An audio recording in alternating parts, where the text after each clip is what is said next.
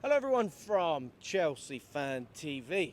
We are in Atlanta outside the Mercedes-Benz Stadium.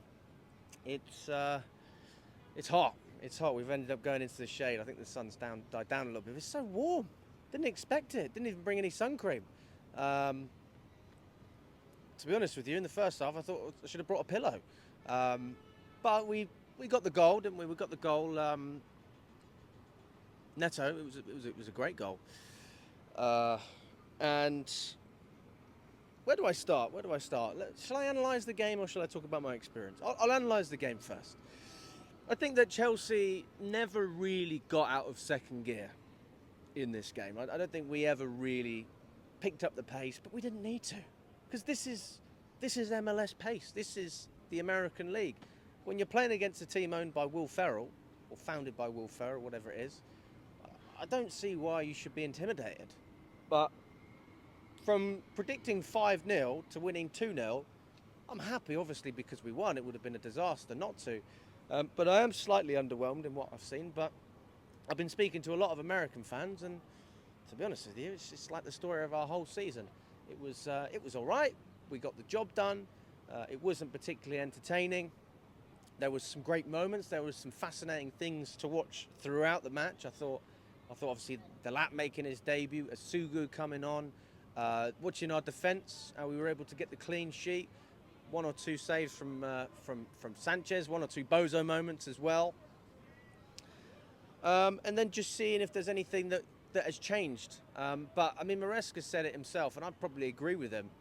It doesn't feel like we're coming into a new season. This doesn't feel like that. It feels like we're just continuing from where we were, and we need to wait a little bit longer to have those fresh ideas and implement new things into this team. First of all, the players need a break. They're probably absolutely knackered. And fair play to them. I'd be knackered as well if I was travelling as much as they are and playing as much football.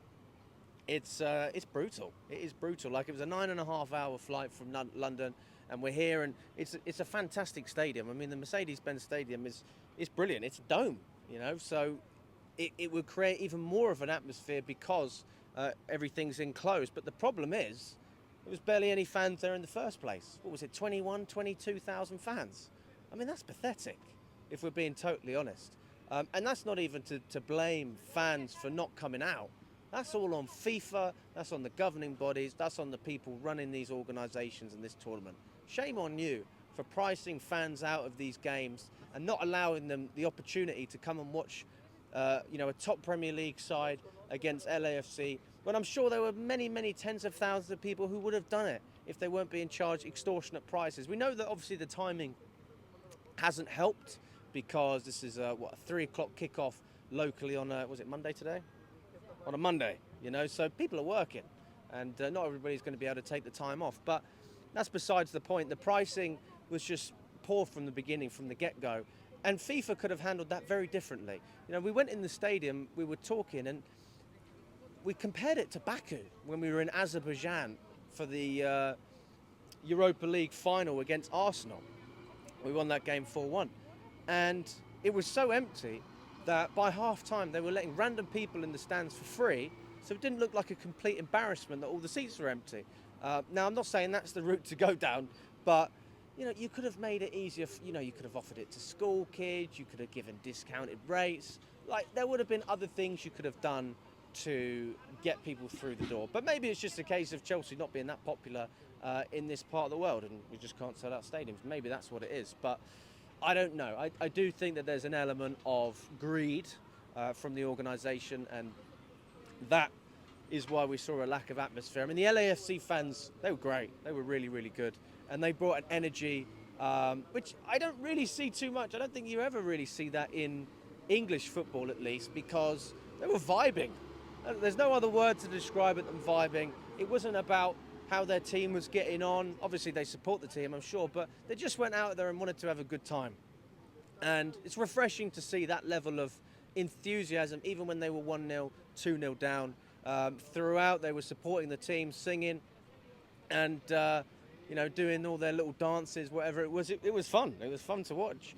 And then you look on our side, and there was nothing going on, really. I mean, I heard a few Chelsea, Jels. I heard a few of them. What else? Wanger. That was funny. For the referee. He was a wanker. He was crap. Honestly, we talk about the referees all the time and how rubbish they are. But I don't know. It wasn't even a football referee on the pitch today, honestly. It was like fencing. You know, in fencing, when you touch someone and then you get a point. So every time someone got touched, he blew his whistle. What the fuck is wrong with you? Great challenge from Caicedo. Referee gives a free kick. It was pathetic. He did it numerous times, and I just think if that's the level of refereeing that I have to get used to in America, thank God this isn't the Premier League because I couldn't cope. I would have some serious heart problems. But we have the quality to outdo 12 players on the pitch, because it did feel like we were playing against 12 at times. This video is brought to you by 7Bet, a proper new bookie here in the UK. You get an early payout if your team goes 2 goals ahead, a quick bet builder to customise your bets, odds on players' cards, shots on goal, assists and other stats and acca boosts if you're going big. Easy to use, smooth to navigate. If you're having a go on Chelsea or any other football team, check out 7bet.co.uk. Link is in the description below. Scan the QR code. 18 plus only. Bet responsibly. Be gamble aware. In terms of the experience in Atlanta, it's been very pleasant. It's been great. But they did make a very strange rule where basically, if you bring in a bag into the stadium, like a man bag, you know, where you put, they don't let you in even if it's about that big. So you have to get these see-through plastic bags, and it's a joke. It is honestly a joke. I'm guessing they do it for security reasons. Like, I don't know the ins and outs. Sorry. Fold that. I don't know the ins and outs of why they do it, but for me, it was just annoying because obviously I've got the microphone, I've got all my stuff, my phone, and I don't really want to have a see-through bag. But maybe that's a security precaution. I can't really comment too much on it. I'm not a fan of that. I just think search the bags, and if there's something in there, obviously deal with it. Yeah, the atmosphere was pretty dire, and that wasn't just to do with obviously the lack of tickets that we sold. It was also to do with the football we saw, which, as usual, is pretty passive, isn't it? That's what Maresca ball is. It's about retaining possession, staying in control. If you have the ball, they can't do anything to you, and that's the philosophy, isn't it? But there's a lot of fans that don't just want to see you pass the ball. They want to see what you can do when you have it. Can you drive forward? There was jokes in the stand when Delap went on that great run. As soon as he came on, you know, he hasn't actually learned how to play Maresca ball yet. That's why he's running forwards. And it'll be interesting to see how he progresses in this team. Obviously, we know with the goalkeeper, Robert Sanchez is the number one. I'm upset about it. I don't think anyone can be happy. But you know, he made 1 or 2 good saves. His distribution was pretty much the usual. He almost conceded the ball at one point. He kicked it at a defender. Sorry, but this team was the worst. I mean, you already said because you know, like with a Leon team, Yeah. that's gonna be a very good team, a very good play. You know Yeah. what I mean? Yeah. And I know. I mean, you know, like you see, what this stadium was kind of empty. Yeah. But man, we don't think even our team didn't play, and we get a lot of people here. So I mean, respect to Club Leon. yeah, you know. I mean, and actually we get a very good. We get a very good team to play this tournament. So we get a James Rodriguez, you know. We get a lot of very good players.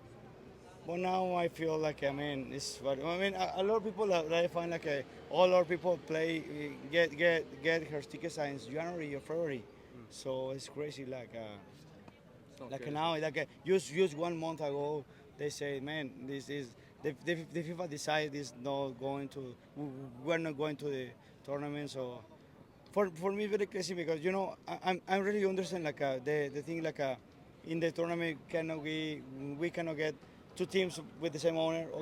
Okay, I got it. It's just rules. But why Miami club they don't want anything, and they are playing, Well, Because of Messi. because of Messi. I mean, because they sell, right? But wait, for the same thing, our team is gonna sell more than sell today. But my respect for Chelsea, because Chelsea is a very good team. Chelsea is a very good player. They won pretty good.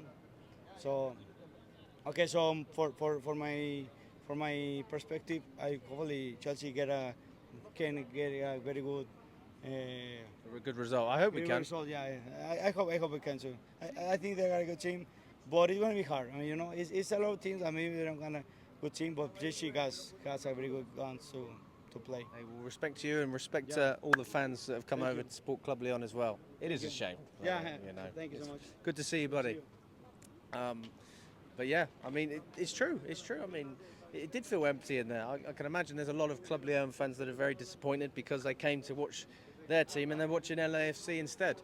But yeah, I can't even remember what I was talking about. Good to see Giroud back again. We did bump into Giroud once in Stockholm. We bumped into him in the lift before we played Malmo.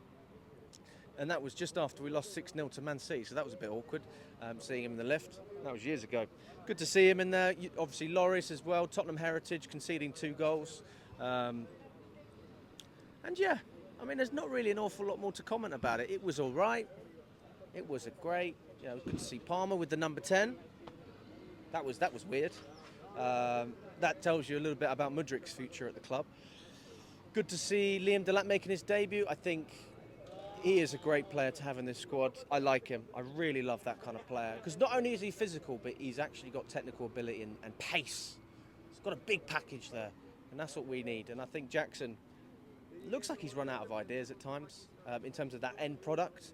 And I think, finishing-wise, I don't think there's a lot of comparison. I think Delap is just a better finisher. He's a more natural striker, so it's understandable. So it'll be interesting to see how those 2 players are utilised. And then obviously Asugo coming into the fold as well. So we'll see how that develops. No Andre Santos. I would say, if you ask me who man of the match was, I'd say, honestly, I thought Colwell was fantastic. I thought Colwell was brilliant. I thought Tosin did a great job as well. Defensively, we did make a few mistakes losing the ball at times, but I saw some great moments from both of those players. I thought Palmer was all right. It just wasn't his day. Really should have scored, if we're being honest. And obviously Fernandez come on and got his goal. With Pedro Neto, great strike from him as well. So, yeah, all in all, happy, but not particularly surprised with the performance. It's probably what I expected, to be fair. And yeah, looking forward to the next round against Flamengo.